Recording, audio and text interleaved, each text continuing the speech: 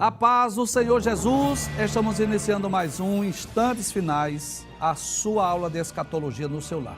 E eu quero mais uma vez agradecer por sua audiência, a você que diariamente assiste ao nosso programa, a você que tem divulgado os Instantes Finais para seus familiares, para seus amigos, a você que tem enviado a sua mensagem para nós através do WhatsApp do programa. Que Deus te abençoe e que as bênçãos de Deus continuem sendo derramadas sobre você e sobre a sua família. E eu gostaria de lembrar mais uma vez que você pode assistir a nossa programação de várias formas, né? Você tem um canal de televisão, você tem dois canais lá no YouTube, o IADPE Oficial e o Rede Brasil Oficial. E você tem aí a mais nova opção, que é pelo aplicativo. Você sabia disso? Você vai lá no Play Store, você baixa o aplicativo no seu celular, Rede Brasil TV, e você assiste do seu celular de qualquer lugar.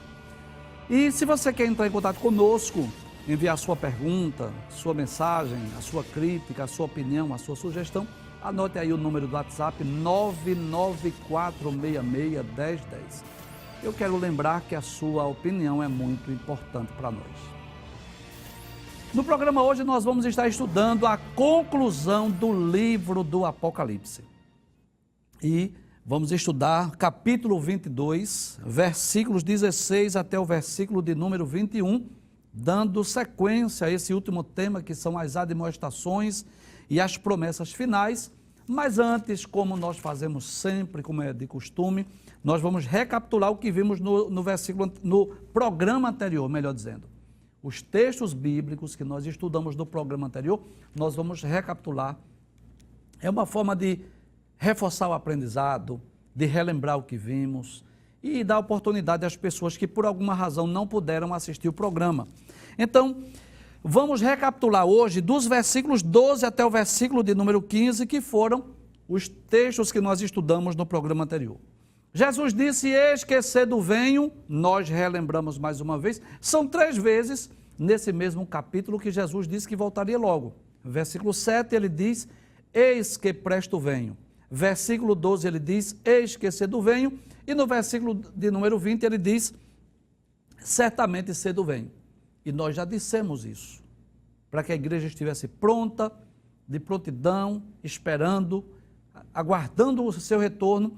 Jesus por 3 vezes repete essa frase, para dar ênfase, para chamar a atenção dos seus ouvintes, de todos os leitores do livro do Apocalipse, para que estejamos sempre prontos, sempre preparados. Volta o texto mais uma vez, aí ele diz: eis que cedo venho, ele diz: e o meu galardão está comigo para dar a cada um segundo a sua obra.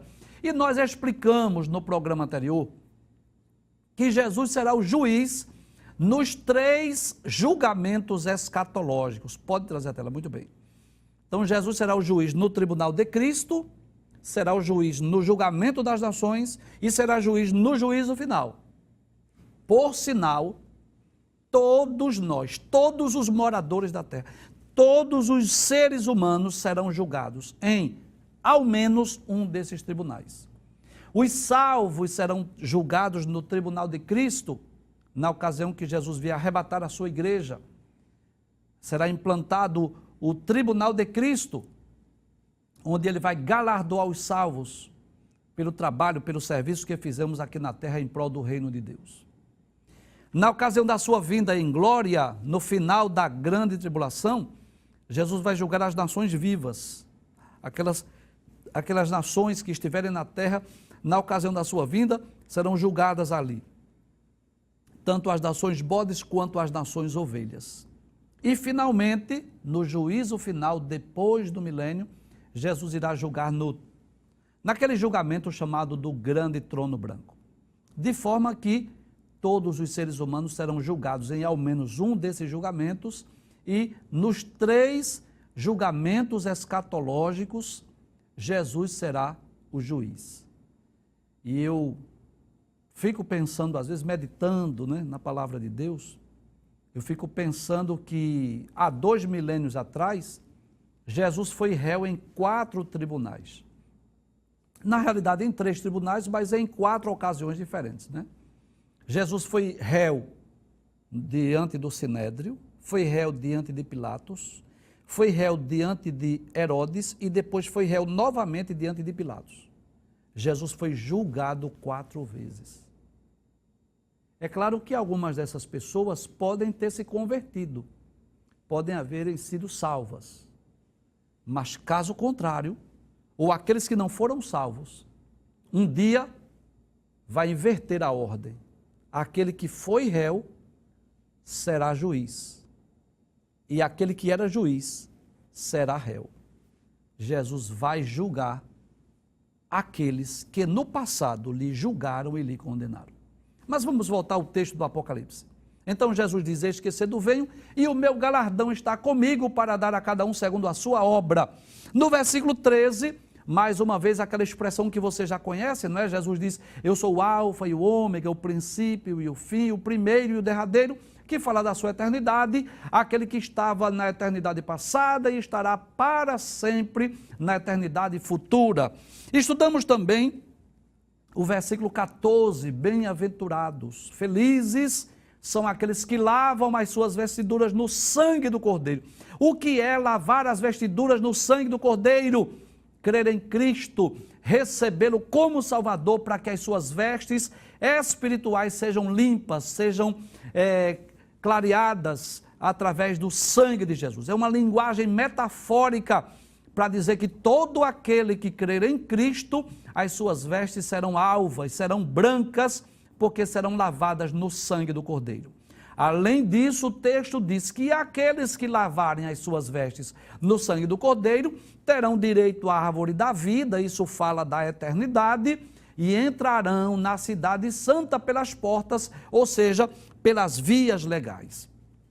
No versículo 15, que foi o último versículo que nós lemos, mais uma vez Jesus chama a atenção de alguns grupos de pessoas que ficarão de fora do céu, ficarão de fora da Nova Jerusalém, que serão lançadas no lago de fogo. Nós recapitulamos, né, no programa anterior, capítulo 21, versículo 8, onde havia 8 grupos de pessoas, e agora no capítulo 22, versículo 15, Jesus fala sobre 6 grupos. Quais são? Os cães, e os cães aí não é o animal de estimação, embora que os animais de estimação também vão ficar de fora da Nova Jerusalém, claro.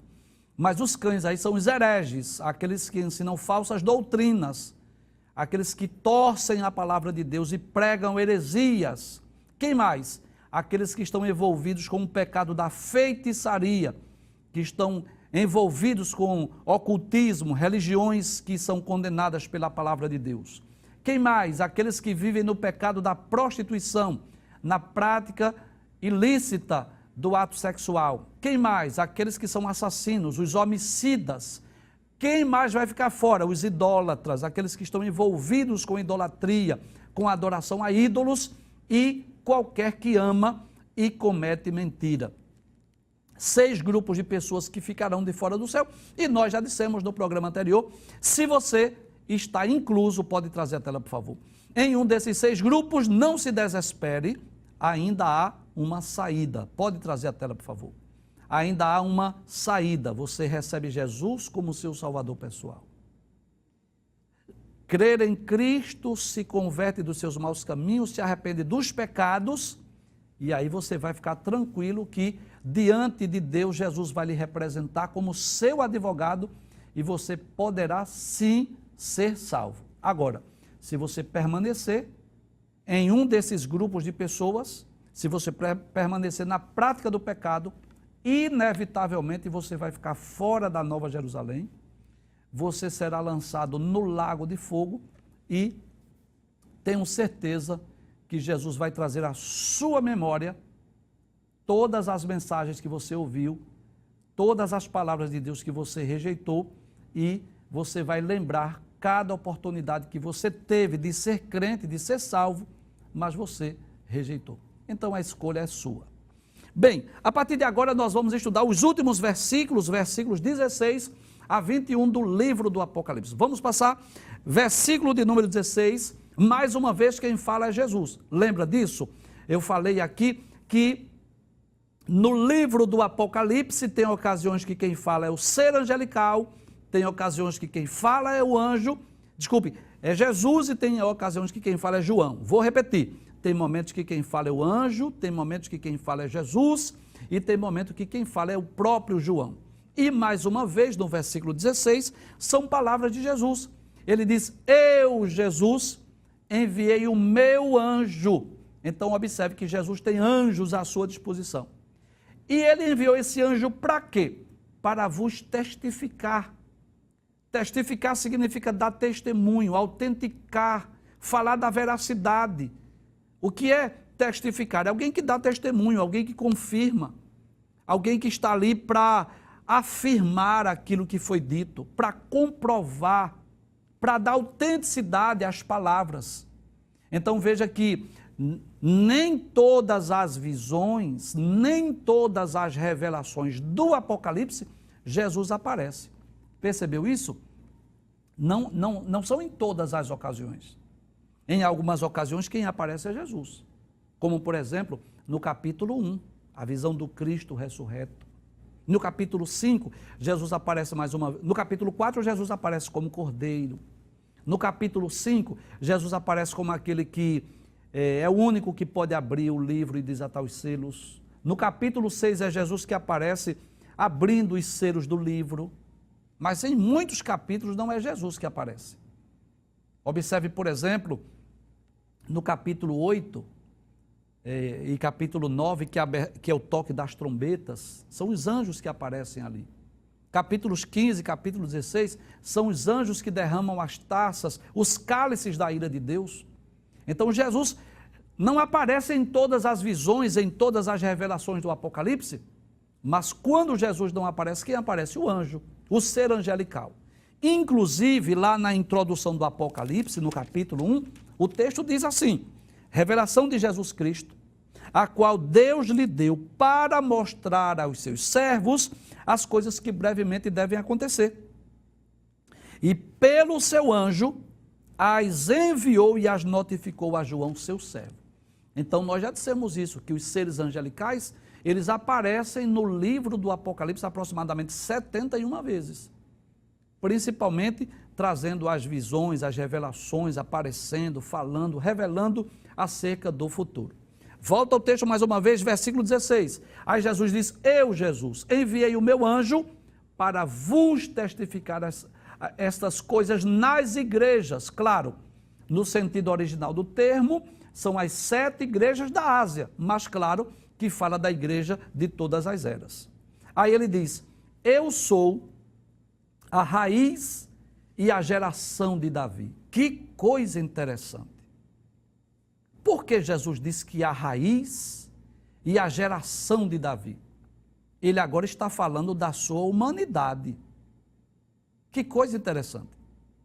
No texto eu posso perceber a divindade de Cristo, aquele que está no céu, aquele que envia o seu anjo, mas eu posso ver que ele, quando se identifica como a geração e a raiz de Davi, ele está falando da sua humanidade. Veja que coisa interessante, lá no livro do profeta Isaías, capítulo 11, versículo 1, nós já estudamos essa profecia aqui, diz: porque brotará um rebento do tronco de Jessé, e das suas raízes um renovo frutificará. Então é como se fosse um tronco que estivesse morto, de repente, daquele tronco que estava de uma árvore cortada, de uma árvore morta, de repente nasce um rebento, uma planta, uma coisa nova, e as suas raízes nasce o que? Um renovo. E aqui estava falando exatamente, aquele tronco era o tronco de Jessé, da linhagem real, de onde veio o rei Davi. Lá em Jeremias capítulo 23, versículo de número 5, também faz uma menção a essa vinda de Jesus através da descendência de Davi. 23 e 5 diz: eis que vem dias, diz o Senhor, em que levantarei a Davi um renovo justo. Então esse renovo, essa planta nova que viria de Davi, fala exatamente de Jesus, que é descendente de Abraão e que é também descendente de Davi, como está no capítulo 1 do Evangelho escrito por Mateus. Volta ao texto mais uma vez. Aí Jesus diz: eu enviei o meu anjo para vos testificar estas coisas nas igrejas. Aí ele diz: eu sou a raiz e a geração de Davi. Como que diz assim? Eu vim ao mundo através de Davi, através da linhagem, da descendência de Davi. Mas ele diz também que é a resplandecente estrela da manhã. E aí, mais uma vez, fala de quê? Da sua divindade. Inclusive, você sabe disso. Que Jesus é Deus no sentido pleno e homem no sentido pleno. Você sabe disso. Quando ele veio aqui na terra, ele veio como homem. Com uma única diferença, que ele não tinha natureza caída ou pecaminosa. Quando Jesus disse que a resplandecente estrela da manhã, aquela estrela da manhã é a última que se apaga quando o dia amanhece. Pode observar isso, quando o dia está amanhecendo, nós já não conseguimos ver as estrelas, mas uma delas, ela continua brilhando. O dia está amanhecendo e nós podemos perceber lá no horizonte uma estrela ainda que está brilhando. Então, de forma metafórica, simbólica, Jesus está dizendo que esta luz, que brilha mais do que as demais, que continua brilhando enquanto as demais estão apagadas, cujo brilho, cuja glória, cujo esplendor é superior a todas as demais estrelas. Vamos para o próximo texto, versículo 17. E agora, diante de tudo que lemos, diante de tudo que João viu, diante de tudo que João ouviu, o que é que Jesus tem para ensinar, para dizer para nós, agora nas recomendações finais? Aí ele diz, e o Espírito e a esposa dizem, vem. Em outras palavras, traz para cá a tela por gentileza. E aí eu quero mais uma vez, pode trazer a tela por gentileza, eu quero lembrar mais uma vez, que há várias simbologias da Bíblia nas páginas da Bíblia. Desculpe, vários símbolos da igreja nas páginas da Bíblia, né? A igreja é comparada a um rebanho, onde cada um de nós somos uma ovelha. A igreja é comparada a um exército, onde cada um de nós somos um soldado. A igreja é comparada a um corpo, onde cada um de nós somos um membro. A igreja é comparada como uma lavoura, onde cada um de nós somos uma planta. A igreja é comparada a uma família, onde cada um de nós somos filhos de Deus, irmãos uns dos outros. A igreja é comparada a um prédio ou edifício, onde cada um de nós somos um tijolo ou uma pedra. Mas uma das mais belas, das mais perfeitas simbologias ou ilustrações da igreja nas páginas da Bíblia é de uma noiva. Segunda carta de Paulo aos Coríntios, capítulo 11, versículo 2, Paulo diz, eu tenho vos preparado para vos apresentar como uma virgem pura a um marido, a saber, a Cristo. Então Paulo estava comparando a igreja como uma noiva, que ele estava trabalhando para apresentá-la a um marido que é Cristo. E que coisa interessante. São duas vozes aí, é o Espírito e a noiva, e a esposa, né, que dizem vem. E quando é que vem, que chega, digamos, esse momento? É quando está tudo pronto. Vamos pensar na cultura judaica? Porque hoje, dentro da nossa cultura, é diferente. O noivo vai lá para o templo e depois quem chega é a noiva, né? Entra o noivo, entra os padrinhos, depois que entra a noiva, não é assim? Mas na cultura judaica, como era? A noiva estava pronta, aquela pessoa que estava adornando a noiva, depois que prepara, qual é o anelo, o desejo? É que o noivo venha, chegue. Então isso é uma perspectiva judaica. Volta ao texto. O Espírito, que está com E maiúsculo, que é o Espírito Santo, que prepara a igreja para esse dia, e a esposa, ou seja, a noiva, dizem vem, como que diz assim, venha buscar, venha concretizar as promessas. Aí Jesus diz assim, e quem ouve, diga vem. Jesus não, é o ser angelical que diz. E quem ouve, quem está ouvindo essa mensagem, quem está ouvindo essa pregação, quem está ouvindo esse estudo, quem está lendo esse texto, diga vem. Ou seja, nós devemos anelar, desejar, orar, para que Jesus venha. E quem tem sede, e quem quiser, tome de graça da água da vida. Que coisa interessante. Quem tem sede, venha. E quem quiser, tome de graça da água da vida. Então, isso fala de quê? Pode trazer a tela.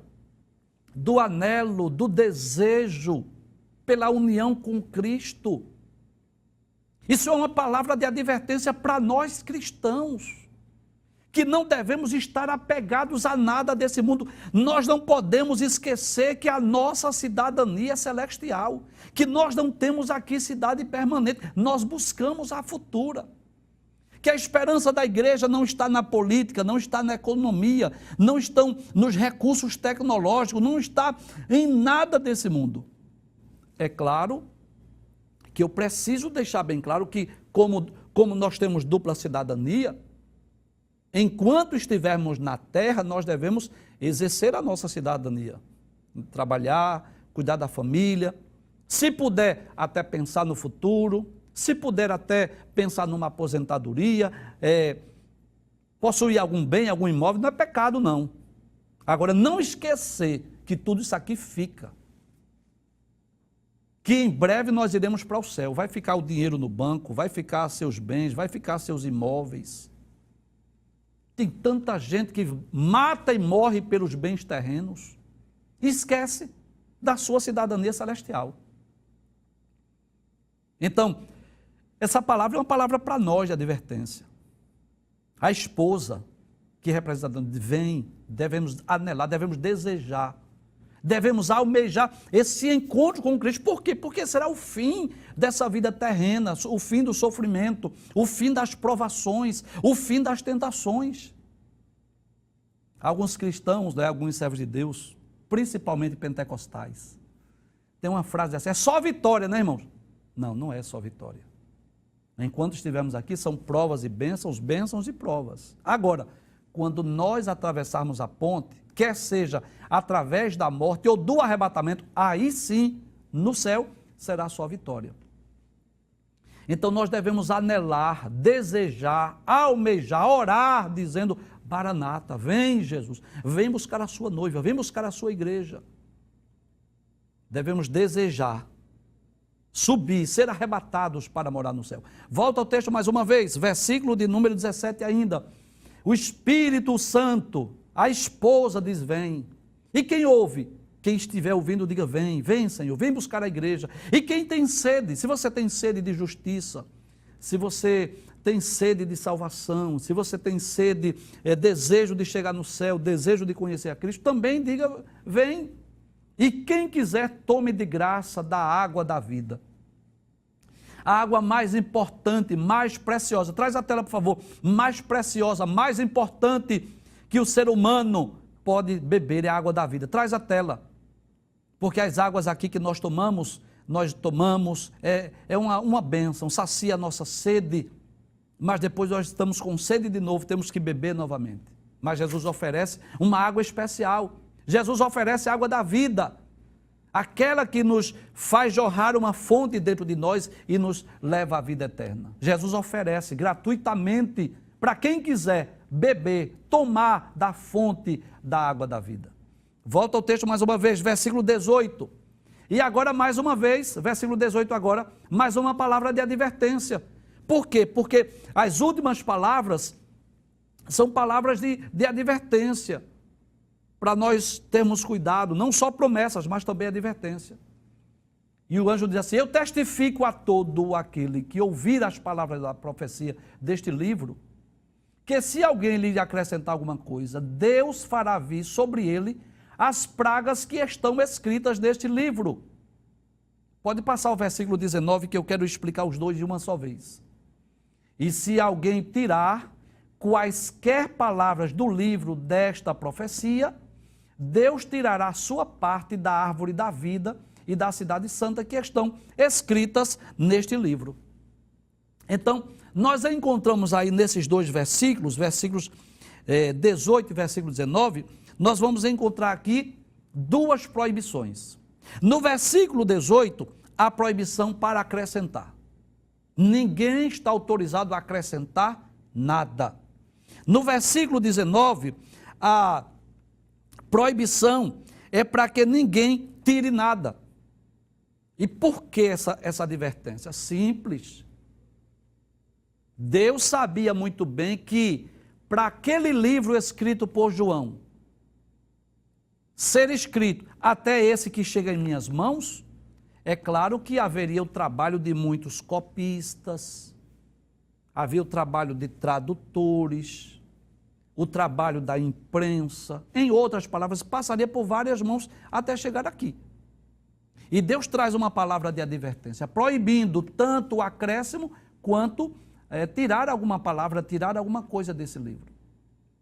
E eu sempre costumo, quando eu estou lecionando no seminário, a disciplina de introdução bíblica, eu sempre falo do trabalho dos copistas, que nós sempre falamos muito dos escritores, que claro, tiveram uma importância muito grande, foram homens, cerca de 40 homens que foram inspirados pelo Espírito Santo para escrever a Bíblia, mas não foi só os 40 escritores que trabalharam na Bíblia. Esses 40 foram aqueles que foram inspirados, que escreveram aquilo que viram e ouviram da parte de Deus. Mas depois deles vieram o trabalho dos copistas, daqueles que tinham o trabalho lento, laborioso, de escrever, de transcrever, de passar daquele papiro para outro papiro, ou daquele papiro para o pergaminho, quando não havia imprensa, quando não havia tecnologia. E era um trabalho muito lento. E os escritores dizem isso, que eles contavam as letras, contavam os caracteres. Para quê? Para que não houvesse nem acréscimo e nem houvesse omissão de nenhuma palavra. Então nós vamos perceber aí que Deus não só proíbe que ninguém acrescente ou tire alguma coisa, mas Ele adverte sobre o perigo. Vamos voltar ao versículo 18? Aí ele diz: porque eu testifico a todo aquele que ouvir as palavras da profecia deste livro, que se alguém lhes acrescentar alguma coisa, acrescentar aquilo que Deus não revelou, aquilo que Deus não mandou, o que é que vai acontecer? Deus fará vir sobre ele as pragas que estão escritas neste livro. Então, Deus já está alertando, advertindo. Você vai ser punido, você vai ser castigado. Essas pragas que estão escritas aqui vai alcançar você. É a punição, é o castigo de Deus. Então, ninguém pode estar acrescentando nada à palavra de Deus. Ninguém pode estar aumentando, acrescentando aquilo que foi dito. Passo para o versículo 19. Aí ele vai falar agora daqueles que porventura quiserem tirar. E se alguém tirar quaisquer palavras do livro desta profecia, alguém por alguma razão quiser omitir alguma coisa, o que é que vai acontecer? Deus vai tirar a sua parte da árvore da vida, ou seja, vai deixar de ser salvo. E da cidade santa que estão escritas nesse livro. Em outras palavras, não vai desfrutar das bênçãos, dos privilégios, das maravilhas, das promessas que estão reservadas para os salvos do futuro. Em outras palavras, quando se acrescenta ou se omite alguma coisa da Bíblia, está correndo o risco de perder a sua salvação. O texto é muito claro. Não só ser castigado, não só ser punido com as pragas que estão escritas neste livro, mas também deixar até de usufruir dos privilégios dos salvos, ou seja, perder a sua salvação. Isso me faz lembrar o que está lá no livro de Provérbios, capítulo de número 30. Muita gente manda essa pergunta: professor, essas palavras aqui é só sobre o livro do Apocalipse ou é toda a Bíblia? Aí eu posso dizer assim, no sentido direto do termo, direto aqui, está se referindo ao livro do Apocalipse.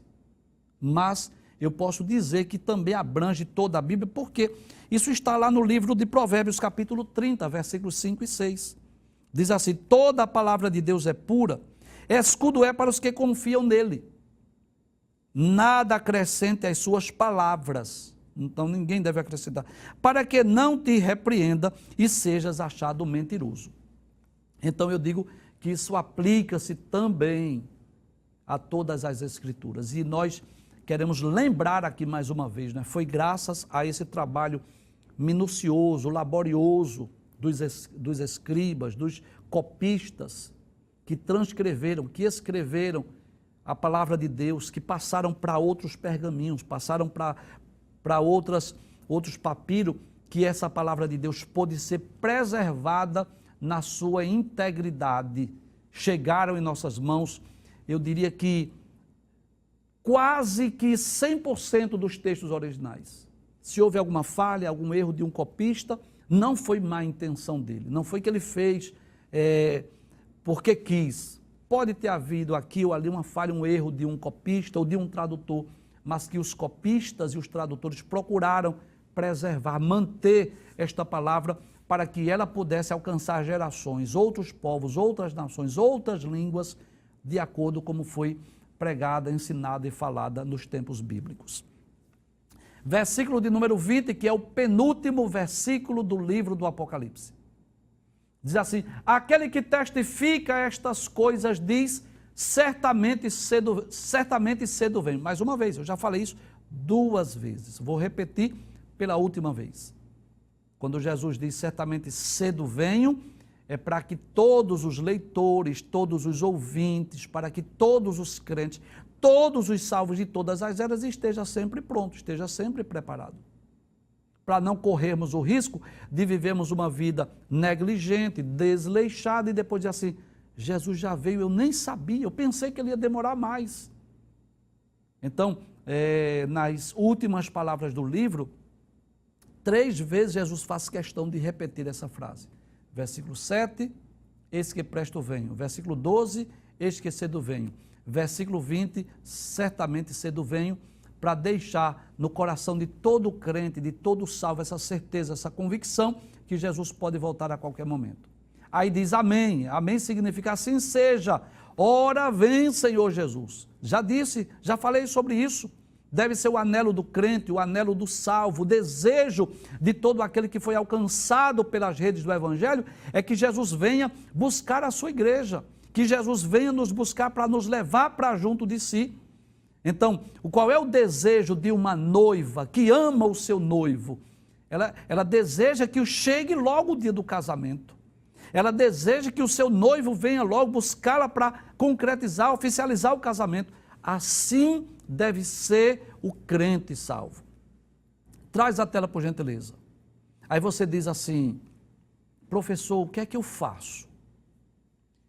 Eu não sinto esse desejo que Jesus venha agora. Eu queria que Jesus demorasse mais.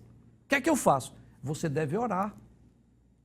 Abrir o coração para Deus e dizer assim, Senhor, coloque mais amor, mais desejo pela tua vinda. Pensar mais nas coisas do céu. Porque olhando esse mundo em que vivemos, cada dia mais nós estamos vivendo dias difíceis, dias trabalhosos. Não dá mais para ter esperança de dias melhores nesse mundo. Não dá. Não dá para ter esperança de dias melhores. O cenário é caótico, a situação é caótica. Então observe aí, nós já estamos praticamente há 1 ano com esta pandemia. Quantas pessoas já morreram, quantas pessoas não foram entubadas, não foram internadas. E o pior não é a pandemia, o pior não é o vírus, o pior não é a Covid-19, o pior são os políticos corruptos desse país, que compraram respiradores superfaturados, que construíram hospitais de campanha, depois desmontaram os hospitais de campanha e agora, nessa segunda onda, as pessoas estão morrendo.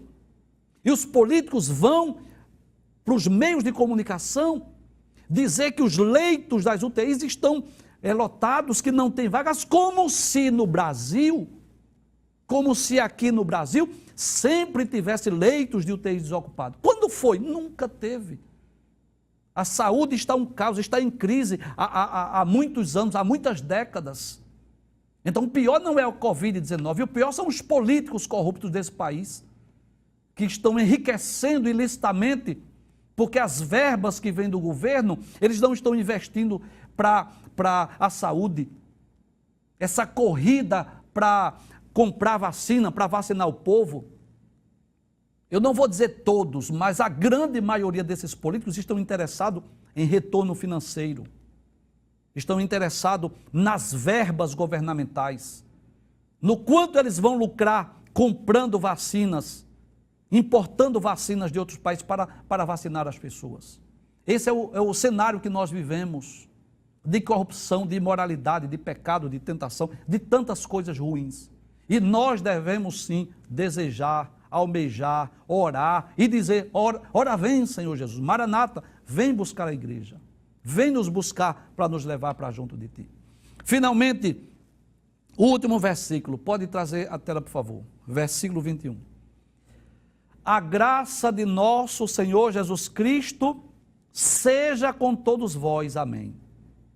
Então, graça, o que é graça? Graça é favor imerecido. Pode trazer a tela.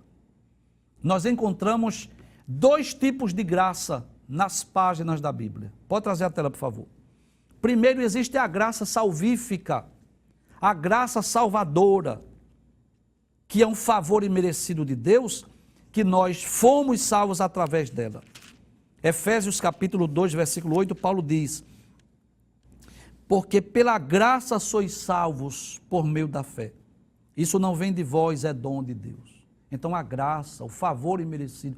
Nós não merecíamos, mas Jesus veio ao mundo morrer por nós. Em Romanos capítulo 3, versículo 24, Paulo fala também sobre esta graça, esse favor imerecido.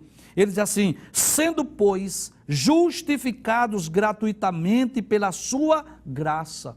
Então, pela graça de Deus, pelo seu favor imerecido, nós fomos justificados. Ele diz: pela redenção que há em Cristo Jesus. Capítulo 5, versículo 1. Sendo, pois, justificados pela fé, temos paz com Deus. Então, essa graça nos faz ter paz com Deus também.